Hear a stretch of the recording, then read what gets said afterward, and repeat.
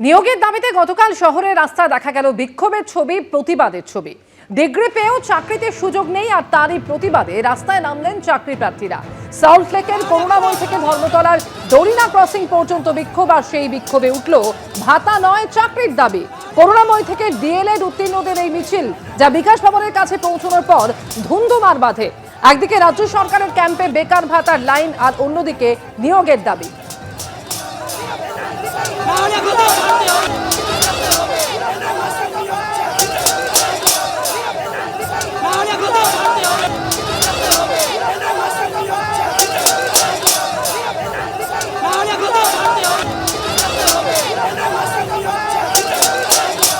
Supreme নির্দেশ স্পষ্ট থাকা সত্ত্বেও আজ আমরা 1233 জন বঞ্চিত।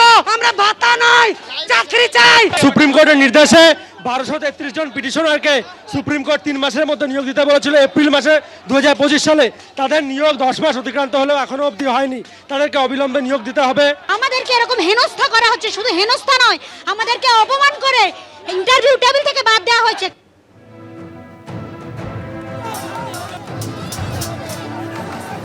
একদিকে বেকার ভাতার লাইন, আর অন্যদিকে নিয়োগের দাবিতে রাস্তায় মিছিল। ডিগ্রি পেয়েও চাকরিতে সুযোগ নেই, প্রতিবাদে রাস্তায় নামেন চাকরি প্রার্থীরা। সল্টলেকের করুণাময়ী থেকে ধর্মতলার দড়িনা ক্রসিং এ বিক্ষোভ, আর এই বিক্ষোভ থেকেই ওঠে ভাতা নয় চাকরির দাবি।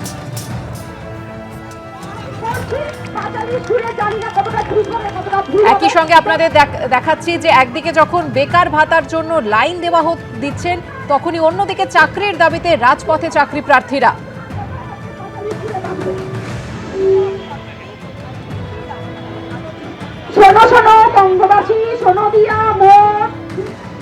টেট পরীক্ষায় পাশ করেও চাকরি নেই। আপার প্রাইমারিতে 5000 ভ্যাকেন্সি, ইন্টারভিউ নিয়ে শূন্যপদ পূরণ করা হোক, এই দাবিতে গতকাল সুবোধ মল্লিক স্কোয়ার থেকে মিছিল করেন আপার প্রাইমারি চাকরি প্রার্থীরা। বিধানসভা ভবন পর্যন্ত মিছিল করার কথা থাকলেও ধর্মতলায় তাদের আটকে দেয় পুলিশ।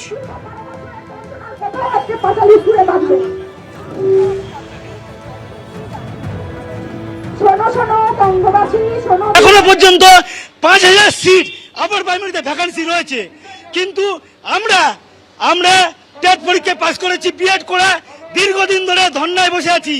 আমরা মাননীয় মুখ্যমন্ত্রীকে এই দাবি জানাতে চাই যে অবিলম্বে যে 5000 সিট রয়েছে, এই 5000 সিটে অতিরিক্ত যে 5000 সিট রয়েছে, সেখানে আমরা যারা বঞ্চিত হয়ে আছি ইন্টারভিউ থেকে, তাদেরকে ইন্টারভিউ নিয়ে অবিলম্বে ওই সিটগুলো ভর্তি করা হোক। একদিকে যখন বেকার ভাতা দেওয়া হচ্ছে রাজ্য সরকারের তরফে, তখনই শহরের রাস্তায় একের পর এক বিক্ষোভের ছবি, প্রতিবাদের ছবি। নিয়োগের দাবিতে আপার প্রাইমারি চাকরি প্রার্থীরা তারা পথে নামছেন, আবার পথে নামছেন ডিএলএড উত্তীর্ণরা। আর এই নিয়ে রাজনৈতিক চাপানোতর তুঙ্গে পৌঁছেছে। বিজেপি এবং তৃণমূলের কি বক্তব্য পরপর রাখবো। কেন দিচ্ছে না এর কোনো কারণ আমাদের জানা নেই। আমি বলবো যারা ইনকামমেন্ট আছেন, অর্থাৎ যারা চাকরি প্রার্থী আছেন, তারা ইমিডিয়েটলি কোর্টে মুভ করুন, যাতে কোর্টের কাছ থেকে আপনারা উপযুক্ত রায় নিয়ে এসে এর সুরাহা পেতে পারেন। সরকার এবং শিক্ষামন্ত্রী তারা চান সব জট খুলে চাকরিগুলো হোক, কিন্তু কেন কোন কারণে এই জটগুলো অনেকে পাকিয়ে রেখেছে সেটা তাঁরাও জানেন। এবার কোনো জায়গায় কেউ এটাকে একটু মিছিল বা কর্মসূচিতে আনতে চাইছেন, কিছু ক্ষেত্রে কিছু বিজেপি বিরোধীদেরও একটু প্রভাব থাকে যে তারা বলছেন এই সময়টা করো, প্রচারে আসবে ইত্যাদি ইত্যাদি।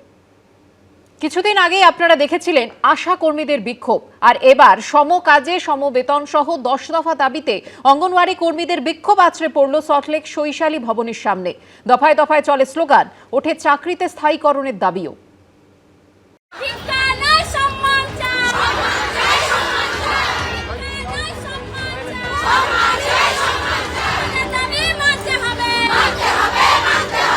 সোমবার অঙ্গনওয়াড়ি কর্মীদের প্রতিবাদের ঢেউ আছড়ে পড়ল সল্টলেক শৈশালী ভবনের সামনে। এবার রাজপথে অঙ্গনওয়াড়ি কর্মীরা তারা কিন্তু রীতিমতো বিধাননগরের সিজিও কমপ্লেক্সের সামনে, শৈশালী ভবনের সামনে আজকে তারা অবস্থান শুরু করেছেন। এখানে তারা স্লোগান দিচ্ছেন, সমকাজের সমবেতন, চাকরির স্থায়ীকরণ সহ 10 দফা দাবিতে বিক্ষোভে সামিল হলেন পশ্চিমবঙ্গ অঙ্গনওয়াড়ি কর্মী ও সহায়িকা কল্যাণ সমিতির সদস্যরা। আমরা চাই আমাদের সরকারি স্বীকৃতি দিন, আমাদের পেনশন গ্র্যাচুইটি দিন এবং ন্যূনতম 26,000 টাকা বেতন সহ বিভিন্ন দাবিতে আগেই পথে নেমেছিলেন অঙ্গনওয়াড়ি কর্মীরা। যদিও বিধানসভা ভোটের আগে অন্তর্বর্তী বাজেটে আইসিডিএস বা অঙ্গনওয়াড়ি কর্মী ও সহায়কদের মাসিক সাম্মানিক বাড়ানো হয়েছে। তাঁদেরও মাসিক সাম্মানিক 1000 টাকা করে বাড়ানোর প্রস্তাব দেওয়া হয়েছে। বর্তমানে পান 9,000 টাকা, অর্থাৎ এবার বেড়ে হলো 10,000। পাশাপাশি কর্মরত অবস্থায় কোনো অঙ্গনওয়াড়ি কর্মীর মৃত্যু হলে এককালীন 5 লক্ষ টাকা পাবে পরিবার। কিন্তু সম কাজে সম বেতনের দাবিতে আন্দোলনে অনড় অঙ্গনওয়াড়ি কর্মীরা। সমকাজ সমবেতন, উন্নত রাজ্যের মতন আমাদেরকে সমান কাজ সমান বেতন দিতে হবে, আর আমাদের সরকারি স্বীকৃতি দিতে হবে। বুধবার পর্যন্ত শৈশালী ভবনের সামনে বিক্ষোভ কর্মসূচি চালিয়ে যাওয়ার সিদ্ধান্ত নিয়েছেন আন্দোলনকারী অঙ্গনওয়াড়ি কর্মীরা। হিন্দল দে ও রঞ্জিত সবের রিপোর্ট, এবিপি আনন্দ। বিধানসভা ভোট যত এগিয়ে আসছে রাজনৈতিক উত্তাপও ততই বাড়ছে। তৃণমূলের ব্যর্থতা তুলে ধরতে এবার কলকাতার পাশাপাশি বিভিন্ন জেলায় চার্জশিট প্রকাশ করল বিজেপি। মানুষই ওদের চার্জশিট দেবে জানিয়ে পাল্টা কটাক্ষ করেছে তৃণমূলও। চার্জশিট, তবে পুলিশের নয়। 26-এর বিধানসভা ভোটের আগে এটাই এবার অস্ত্র রাজ্য বিজেপির। তৃণমূলের ব্যর্থতার খতিয়ান তুলে ধরছে তারা, যার পোশাকে নাম দেওয়া হয়েছে চার্জশিট। কলকাতা থেকে জেলা সোমবারও বিভিন্ন জায়গায় সেই চার্জশিট পেশ করলেন বিজেপির নেতা নেত্রীরা। 21-এর বিধানসভা ভোটে পশ্চিমবঙ্গে শক্তি বাড়ালেও কলকাতা কিংবা শহর লাগোয়া কোনো বিধানসভা কেন্দ্র দখল করতে পারেনি বিজেপি। ভোটে কলকাতায় একচেটিয়া আধিপত্য বিস্তার করে তৃণমূল। এবার শহরাঞ্চলে তৃণমূল ও তাদের প্রশাসনিক ব্যর্থতা তুলে ধরতে এদিন চার্জশিট প্রকাশ করল রাজ্য বিজেপি। কলকাতা উত্তরে কেয়া ঘোষ এবং কলকাতা দক্ষিণে রুদ্রনীল ঘোষ।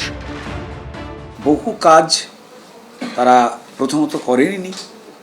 মানুষ যাতে অসুবিধায় না পড়ে, মানুষের ট্যাক্সের টাকায় সেই কাজগুলিকে সম্পূর্ণ না করে যাতে মানুষ অসুবিধায় পড়ে এবং কিছু দুষ্ট চক্রের কাছে অবৈধভাবে টাকা যায়, পুলিশকে বুড়ো আঙুল দেখিয়ে ক্রিমিনালরা অর্থ রোজগার করে বা কোথাও পুলিশের সহায়তায়, তৃণমূল নেতাদের সহায়তায়। 15 বছরে কি কি প্রতিশ্রুতি দিয়েছিল তৃণমূল, কোন বিধানসভায় সেই প্রতিশ্রুতি অনুযায়ী কি কি কাজ হয়নি, তৃণমূলের আমলে কি কি দুর্নীতি হয়েছে, চার্জশিটে মূলত এগুলোই তুলে ধরছে বিজেপি। যেমন এদিন দক্ষিণ মালদা সাংগঠনিক জেলার অন্তর্গত 7টি বিধানসভা কেন্দ্রে তৃণমূলের ব্যর্থতা তুলে ধরেন সুকান্ত মজুমদার। সাম্প্রদায়িক উত্তেজনা সৃষ্টি করেছে। বিধায়ক সাংসদরা, তৃণমূল কংগ্রেসের যে সমস্ত সাংসদ এবং বিধায়ক আছে তারা দাঙ্গা করেছে। তৃণমূল কংগ্রেসের মিউনিসিপ্যালিটির চেয়ারম্যান, পৌরসভার চেয়ারম্যান দাঙ্গাতে জড়িত, এই ধরনের অভিযোগ এসেছে। মুখ্যমন্ত্রী মমতা বন্দ্যোপাধ্যায় বাধ্য হয়ে বলেছেন যে বাংলাদেশ থেকে লোক ঢুকে দাঙ্গা করেছে। তার পুলিশ পরে রিপোর্ট দিয়ে মুখ্যমন্ত্রীকে মিথ্যেবাদী প্রমাণিত করেছেন। এই বিধানসভাগুলোর মধ্যে এমন কিছু বিধানসভা আছে সেখানে এই ধরনের ঘটনা ঘটেছে। বর্ধমানে অগ্নিমিত্রা পাল এবং দেবরায় বিজেপির চার্জশিট প্রকাশ করেন রাহুল সিনহা।